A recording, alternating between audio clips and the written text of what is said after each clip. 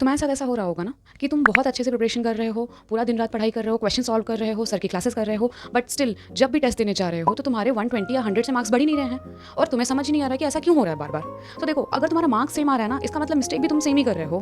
तो तुम्हें अपने स्ट्रैटेजी में चेंज करने की ज़रूरत है। तो इसके कई रीजंस हो सकते हैं। सबसे पहले ये हो सकता है तुम जो क्वेश्चन सॉल्व कर रहे हो वो डायरेक्शन सही ना हो सकता है जिस तरीके से तुम क्वेश्चन सॉल्व करते हो वो तरीका ही नहीं सही हो। दूसरी चीज़ ये हो सकता है कि तुम टेस्ट के उस इन्वायरमेंट को नहीं संभाल पा रहे हो। कई बार होता है ना कि हम क्वेश्चंस को देख के नर्वस हो जाते हैं। तीसरी चीज़ ये भी हो सकता है कि तुम्हारे कंसेप्ट ही क्लियर ना हो, तुम बहुत ही ऊपर से चीज़ें जान रहे हो बट उसकी डिटेल नॉलेज तुम्हारे पास नहीं है, इसलिए जब भी पेपर करने जा रहे हो तो तुमको इशू हो रहा है। राइट। सो अगर ये सारी चीज़ों का इशू है तो देखो, सबसे पहले तो क्वेश्चंस तुम्हें बहुत ज़्यादा करने चाहिए। जब तुम घर पे हो, होमवर्क कर रहे हो, तो पर सब्जेक्ट एटलीस्ट 25 क्वेश्चन जरूर करो। मतलब मिनिमम आपका दिन भर में 100-150 क्वेश्चन तो होना ही चाहिए, क्योंकि अब एग्जाम भी पास आ रहा है तो तुम्हें क्वेश्चन नंबर बढ़ा देने चाहिए।